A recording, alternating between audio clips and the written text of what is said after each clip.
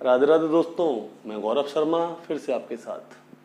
दोस्तों, मैं आप लोगों को अपने चैनल पे श्रीमद् भागवत गीता शुद्ध हिंदी में समझाता तो हूँ। उसमें से कुछ लोग समझते भी हैं, सुनते भी हैं।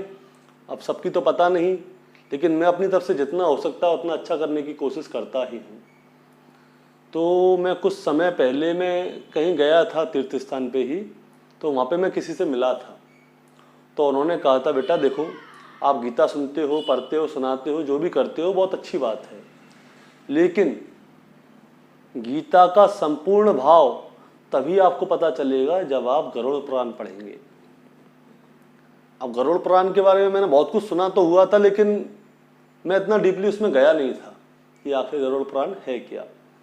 बहुत पहले एक पिक्चर देखी थी अपरिचित, आप लोगों ने भी देखी होगी, जिसमें वो बताता है कि गरुड़ पुराण में इस पाप की ये सजा मिलती है।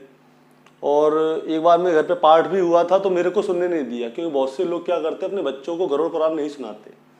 लेकिन मेरा मानना यह है कि गरुड़ पुराण सभी को सुननी चाहिए, ताकि हमें पता चल सके कि हम क्या पाप कर रहे हैं। दोस्तों, जब हमें पता ही नहीं चलेगा कि हमें इस पाप की ये सजा मिलेगी, तो हम वो पाप को कैसे छोड़ेंगे? हम तो वो पाप कर ही देंगे। तो मैं कुछ समय तक, आपने देखा होगा कुछ समय मेरी वीडियो आई नहीं थी, तो मैं बहुत सी लाइब्रेरियों में भी गया था, कुछ दुकानों पे भी गया था। तो गरुड़ पुराण जो थी संस्कृत में मिल रही थी मेरे को। अब मेरे को शुद्ध हिंदी संस्करण चाहिए था, क्योंकि मेरी संस्कृत थोड़ी अच्छी नहीं है, मतलब कि मैं संस्कृत अच्छी तरह से नहीं पढ़ सकता और उसका अनुवाद में थोड़ी दिक्कत आती है। तो मैं शुद्ध हिंदी में ही जाना पसंद करता हूँ, क्योंकि जिस तरह से हमारे देश में लोग अपने धर्म को भूलते जा रहे हैं, उस तरह से हमारी भाषा को भी भूलते ही जा रहे हैं। मैं भी भूल चुका हूँ, कलयुग है भाई।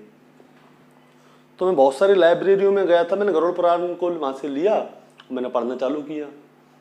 अब बहुत सारी, अब होता क्या है कि हमारी जैसे गीता भी बहुत सारी बन गई, उसी प्रकार गरुड़ पुराण भी बहुत सारी बन गई हैं, लेकिन मुझे कुछ मज़ा नहीं आया। मैं इंटरनेट पे गया, बहुत सारी वेबसाइट खोली कि चलिए मैं गरुड़ पुराण पढ़ता हूँ, इसमें क्या होता है। सजा के बारे में मिल रहा था।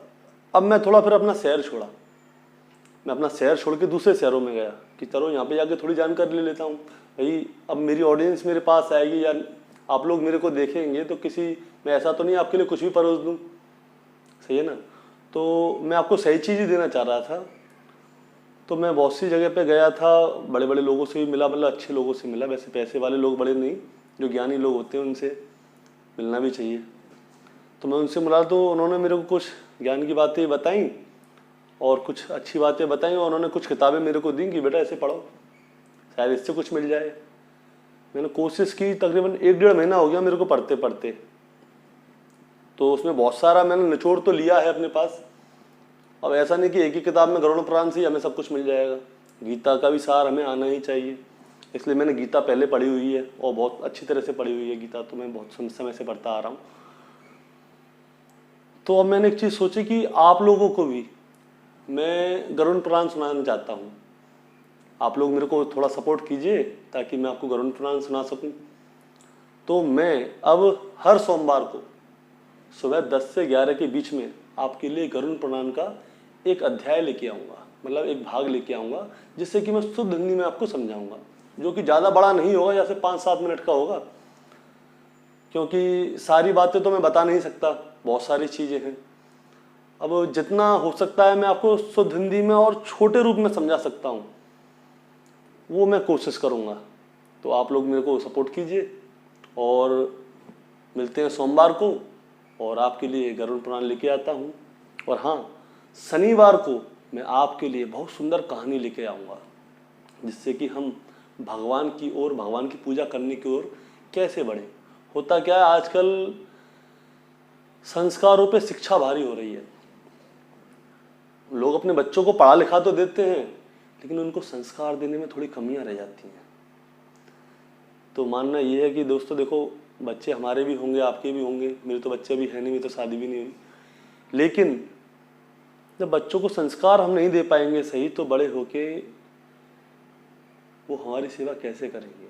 जब हम उन्हें सिखाएंगे कि बेटा, माँ बाप की सेवा ही सबसे बड़ा धर्म है, अपने भाई का साथ देना ही सबसे बड़ा धर्म है, अपनी बहन, हमारे घर में होता क्या है, बहन बेटियाँ होती हैं, तो बहुत से लोग क्या सोचते हैं कि हम खर्चा, हमारे घर में खर्चा बढ़ गया, लेकिन सच्चाई ये है, मेरे एक मित्र ने मेरे को बताया था कि अगर बहन बेटी को हम लोग देते हैं तो हम पे उससे 4 गुना नहीं 10 गुना आता है। तो कभी भी हमारी बहन या बेटी घर में आए तो जितना हो सके, ऐसा नहीं है कि सब कुछ ही दे दो, लेकिन जितना हो सके अच्छे से अच्छा अपनी बहन या अपनी बेटी के लिए कीजिए। ये हमारे संस्कारों से ही जुड़ा हुआ है दोस्तों। मेरी तो एक ही बहन है, जितना हो सकता है मैं करने की कोशिश करता हूँ।